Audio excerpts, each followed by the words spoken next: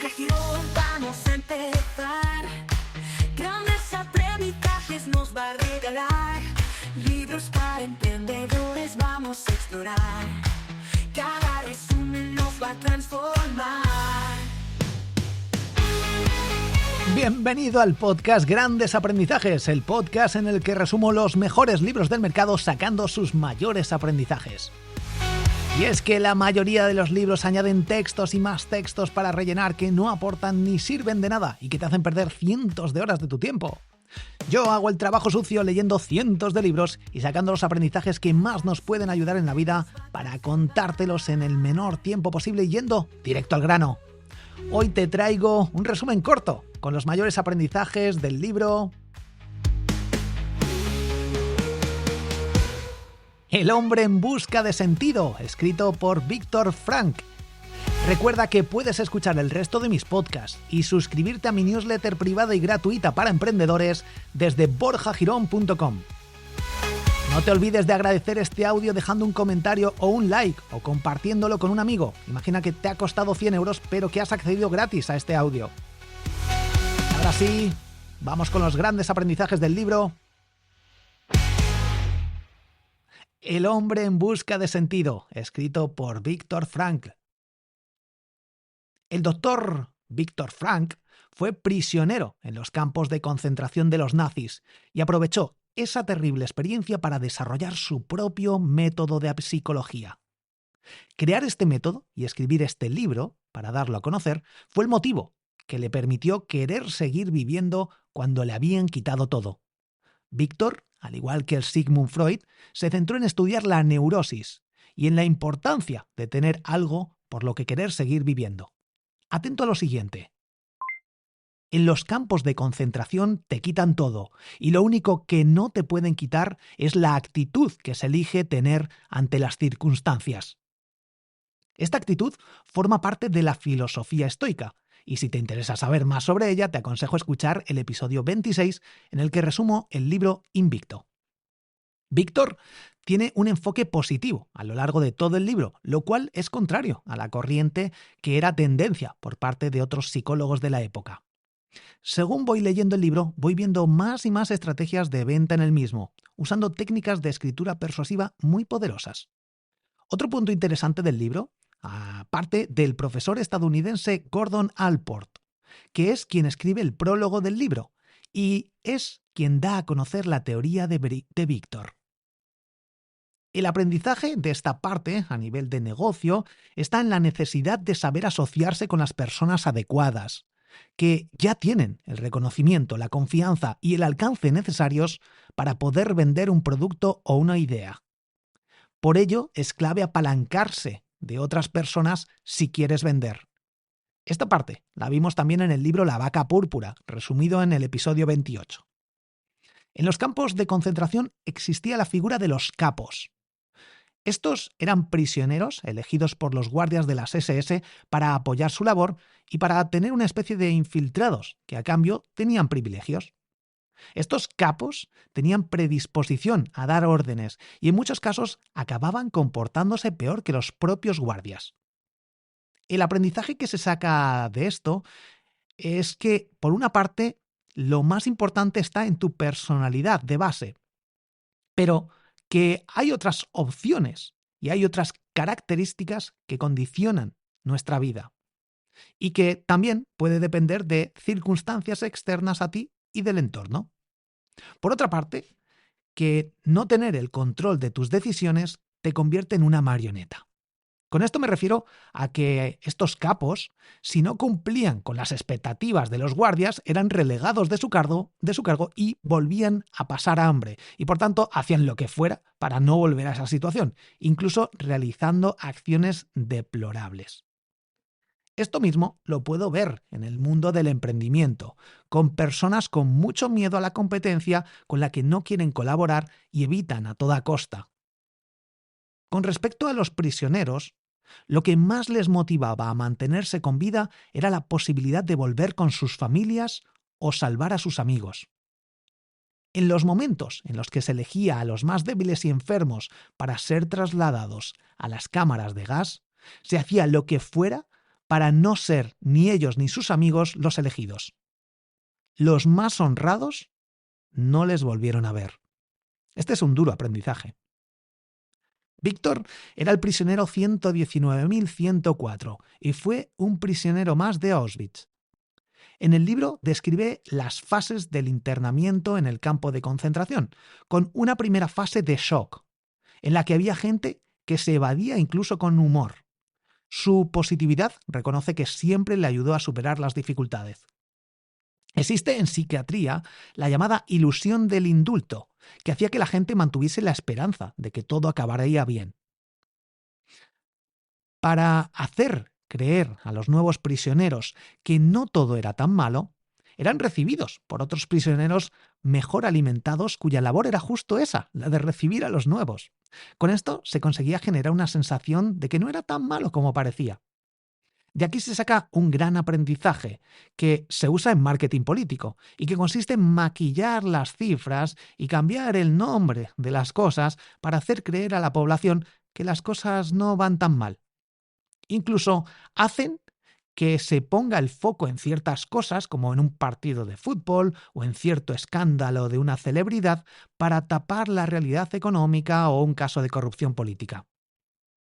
Los intercambios de un poco de pan, aguardiente o cigarrillos estaban a la orden del día en el campo de concentración. Un día llegó la primera criba. Cerca del 90% de las personas fueron mandadas al crematorio después de ponerse en dos filas, una de hombres y otra de mujeres, mientras un oficial señalaba a uno y a otro, a izquierda o a derecha, según desfilaban frente a él. Los prisioneros no supieron el significado real hasta el día siguiente. Los supervivientes. Los guardias de las SS eran bastante amigables al inicio. Obviamente había una razón para ello. Querían que les dieran sus relojes o joyas antes de que tuvieran que depositarlas en los lugares destinados a ello. Y los prisioneros, ingenuos en ese momento, se los darían a los más simpáticos.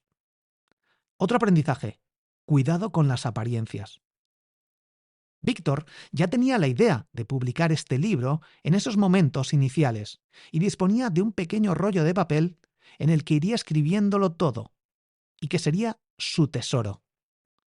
Y también se generaba una sensación de curiosidad para saber si vivirían o morirían, o si se resfriarían por el frío y estar de pie durante horas. Algo que no pasó al inicio. Después muchos morirían de tifus y otras enfermedades. El entorno, la gente con la que estás, la ciudad o el lugar, lo que sucede a tu alrededor y lo que se le da importancia condiciona enormemente nuestra vida. Quédate con eso y cambia, por tanto, el entorno si quieres cambiar tus resultados. El pensamiento de suicidio corría por la mente de todos en algún momento. Además, la emoción de añoranza por su hogar y familia, o la repugnancia por todo lo que se veía a su alrededor, se iba acabando y difuminando como consecuencia de lo vivido en el día a día. Y tras toda esa fase de shock llegaba la fase de apatía, a modo de protección natural ante lo que se veía, ante los golpes que les daban los guardias de las SS sin razón alguna, generando una agonía mental por todas estas injusticias más allá del propio dolor físico. Cada golpe solía acompañarse de insultos, también como consecuencia del hambre y de la falta de sueño por los bichos en los barracones y la falta de higiene.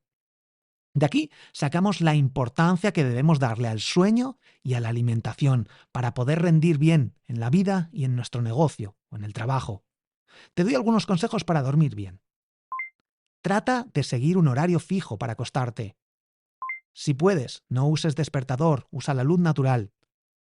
Duerme en silencio y en oscuridad. Evita el uso de pantallas y luz artificial 30 minutos antes de dormir. Yo lo que hago es dejar mi móvil en modo avión en el salón. Toma el sol al despertar, al menos 5 minutitos. Haz ejercicio sudando cada día.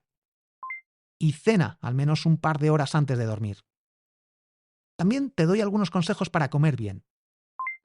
Come comida real y evita harinas y procesados. Es decir, come carne de pasto, pescado salvaje, marisco, huevos ecológicos, frutos secos y verduras y hortalizas de huerto. Y de postre, si quieres, algunos frutos rojos como arándanos, frambuesas o fresas. Incluso algún yogur natural, sin edulcorantes ni azúcar. Yogur griego o cuajada. Y no comas pan, pasta, arroz o cereales. Te recomiendo que escuches el episodio 21 en el que resumo el libro El ayuno intermitente. En una ocasión, a menos 20 grados, debían cavar una zanja y un guardia se dirigió a Víctor, diciéndole que acabaría con él por trabajar poco.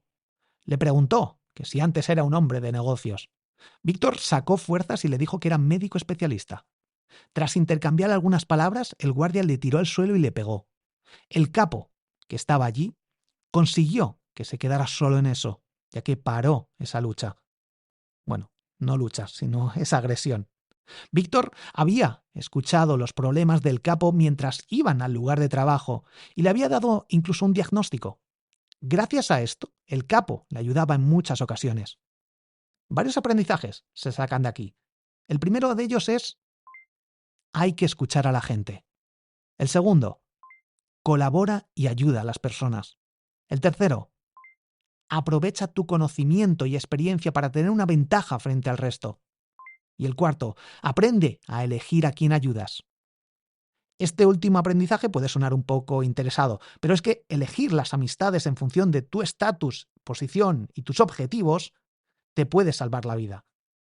Víctor no iba escuchando los problemas de presos mientras caminaba, iba escuchando los del capo, que tenía cierto poder, y este acto le salvó la vida, es decir, usó una estrategia. Otra de las cosas que menciona es que los presos solían hablar de sus vidas y de lo que a otros les pasaba. Ante una situación límite, se recurre a las bases primitivas de lo que necesita el ser humano. Por eso, contar historias personales y de otros es tan importante a nivel de marketing, negocio y de nuestra propia vida, porque es una necesidad básica y permite conectar con las personas. Nos vamos ahora a un tema interesante. ¿Con qué soñaban los presos? ¿Qué sueños crees que eran los más comunes? En general, soñaban con pan, pasteles, cigarrillos y baños de agua templada. Era su forma de evadirse de la realidad y de tener otra vida paralela. Si te fijas, soñaban con droga y placer. La droga del azúcar, con el pan y los pasteles, y la droga del tabaco. Pero también tenían pesadillas, mejores siempre que la realidad que estaban viviendo, y soñaban con otras cosas también. Otro tema de conversación común era la comida.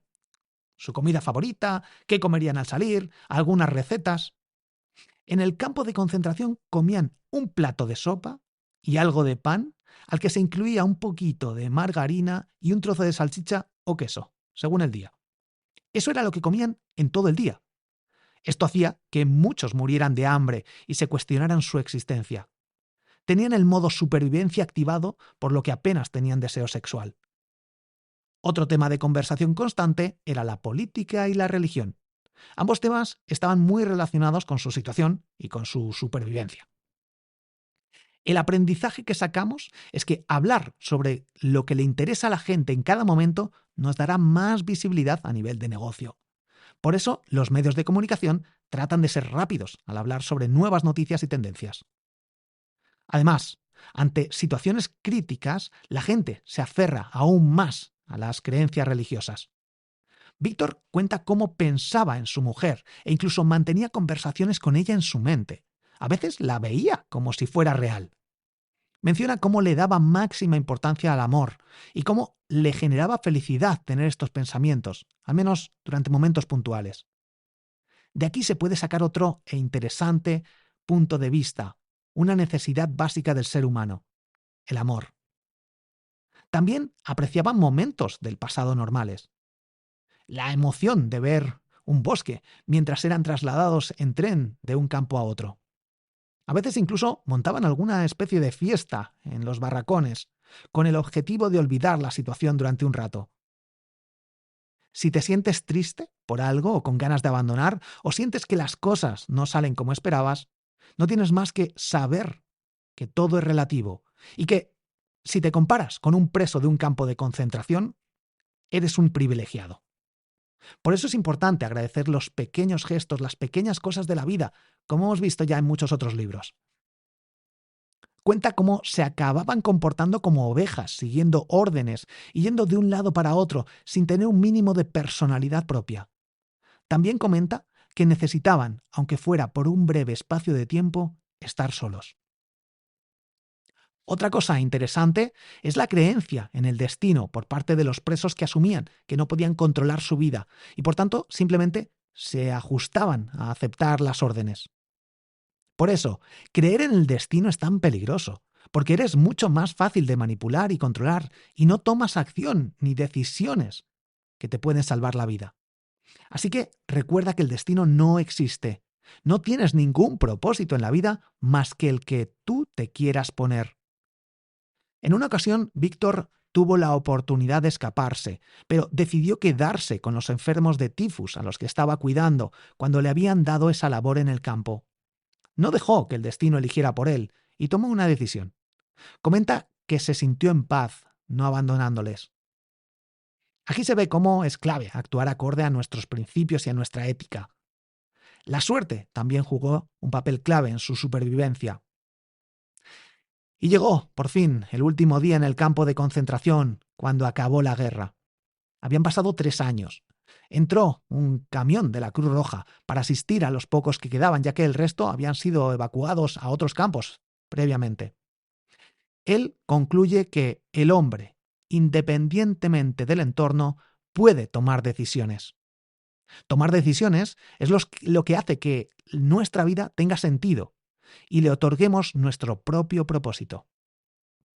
Concluyendo, dice que el sufrimiento es un aspecto de la vida que no puede erradicarse, como no puede apartarse el destino o la muerte. Sin todos estos aspectos, la vida no es completa.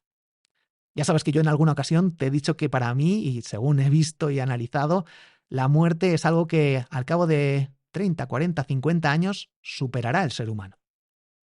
En cualquier caso, Víctor continúa.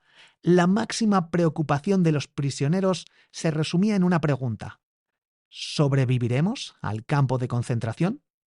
De lo contrario, todos estos sufrimientos carecerían de sentido. Víctor se hacía otra pregunta en lugar de esa: ¿tiene todo esto sentido? Aquí es donde vemos cómo para él sobrevivir sin más no era suficiente. Tenía que sacarle partido a todo este sufrimiento, tenía que contárselo al mundo, tenía que publicar sus notas, tenía que crear su propio destino, tenía que aprovechar la oportunidad. Esto es muy poderoso, esa pregunta de ¿tiene todo esto sentido? Lo peor para los prisioneros era no saber cuánto tiempo iba a durar el encarcelamiento. En cualquier caso, para motivar a un preso y aumentar su confianza, se debía tratar de crear una meta futura en la que se viera reflejado. Debía focalizarse en un hijo, en una esposa, en un proyecto de trabajo, en escribir un libro. Se debía buscar ese motivador. Si se perdía toda esperanza hacia el futuro, el preso se condenaba. Se quedaba en el barracón y se entregaba a la muerte, por mucho que los guardias le ordenaran o le pegaran. Ya nada le importaba. Su mente había decidido acabar con todo. Hacer que el cliente visualice su futuro funciona muy bien en marketing y ventas. Víctor comenta que se veía dando una charla en un auditorio repleto de personas sobre la psicología de un campo de concentración. Menciona una interesante frase de Nietzsche: quien tiene algo por qué vivir es capaz de soportar cualquier cómo. Y todo esto se consigue mediante la acción, no con palabras o pensando en el sentido de la vida. Aunque también hay que reconocer que hay tiempo para estas cosas. En esta última parte cuenta la psicología de los prisioneros tras la liberación y habla del comportamiento de los guardias. Víctor concluye que hay hombres decentes o indecentes, y esto no está condicionado por su posición social. Los prisioneros, una vez liberados, pasaron de un estado de ansiedad a uno de relajación. Con cautela, caminaron fuera del campo, mirándose unos a otros, y los guardias, ya vestidos de civiles, les ofrecían cigarrillos. Se decían entre ellos: «¡Somos libres!», incrédulos. Algunos presos ya no entendían la libertad. Muchos otros sintieron amargura y desilusión para volver a su anterior vida y cuando la gente no les trataba de forma especial. Aquí vemos la importancia que le damos a que otros reconozcan nuestros logros o sufrimientos. A nivel psicológico, necesitaban ver que ahora su vida les esperaba para encauzarla por donde ellos quisieran. Y los que habían vivido para reencontrarse con su mujer o hijos y ya no estaban, sufrían un duro golpe. Finalmente empezaron a ver lo sucedido como una pesadilla dentro de un sueño. Esta es una increíble capacidad del cerebro, que con el tiempo permite relativizar cualquier cosa, tanto buena como mala. A nivel de ventas, escribir un libro es una estrategia muy buena, y más ante la poca capacidad de atención que tiene la gente en la actualidad. Ya vimos esta estrategia de escribir un libro con el objetivo de vender algo aplicada en el libro Inteligencia Emocional, que puedes escuchar resumido en el episodio 30. En este libro sucede lo mismo, pero de una forma aún más emocional ante los acontecimientos tan dramáticos vividos. Y es que el libro tiene una segunda parte en la que el autor comenta el principio básico de la logoterapia, en la que vende su propio método de psicología. Te voy a leer cómo empieza esta última parte. Los lectores de mi breve relato autobiográfico me pidieron que hiciera una exposición más directa y completa de mi doctrina terapéutica. Y en otra parte dice, los lectores me acosaban pidiéndome que trate más detenidamente el tema. Esta es una muy usada estrategia de marketing, que puede ser cierta o no, pero que al final lo que veo es que se utiliza en infinidad de lugares y perfiles, redes sociales, páginas web. Aquí va otra perla. Recuerdo a un colega norteamericano que un día me preguntó en mi clínica de Viena. Quiero que te quedes con esta frase, a priori insignificante, con la que da a conocer su clínica de Viena y cómo gente desde Norteamérica acudió a ella, con todo lo que esto implica. Esto es lo que le preguntó su colega norteamericano. Veamos, doctor, ¿usted es psicoanalista? A lo que yo le contesté. No exactamente psicoanalista. Digamos que soy psicoterapeuta. Entonces siguió preguntándome. ¿A qué escuela pertenece usted? Es mi propia teoría. Se llama logoterapia.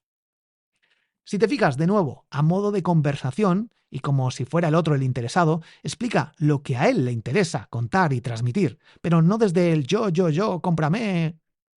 Sabe que eso no vende. Sabe que a todos nos encanta comprar, pero que a nadie le gusta que le vendan. Por eso pone esos ejemplos de conversación.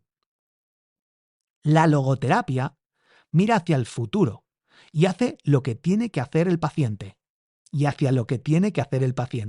Comenta que la logoterapia evita los problemas que aparecen con los tratamientos tradicionales de los neuróticos, es decir, critica la competencia para posicionarse como líder en estos tratamientos de nicho.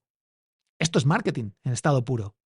Comenta en este sentido de la vida comenta que este sentido de la vida es único para cada persona. Atento a lo siguiente. La gente necesita algo por lo que vivir y algo por lo que estar dispuesto a morir. En esta parte de venta del libro se nota una complicación en sus palabras y frases. Trata de mostrar su conocimiento de forma que a la gente le cueste entenderlo, para así posicionarse como un gran experto. Y también porque ya no se dirige a un público común, a un lector normal, se dirige a otros expertos para que le llamen para dar conferencias y charlas, o para que le refieran pacientes. Por eso, la mayoría de la gente que se lee este libro no se lee esta última parte. Otro gran aprendizaje. Conoce a tu público y define a quién quieres llegar en cada momento. Compara también la logoterapia con el psicoanálisis y muestra diversos casos de éxito con sus pacientes. Comenta también que la gente, en la actualidad, no sabe lo que tiene que hacer con su vida y muchos no saben ni lo que les gusta. Por eso se conforman y hacen lo que hace el resto o simplemente hacen lo que otros les dicen que tienen que hacer. Este vacío existencial es cada vez mayor y la gente trata de rellenarlo de cualquier forma, con sexo, dinero, drogas. Como conclusión, tú eres el único responsable de tu vida. Para terminar, me quedo con lo que es para mí el resumen del libro. En los campos de concentración te quitan todo, y lo único que no te pueden quitar es la actitud que se elige tener ante las circunstancias.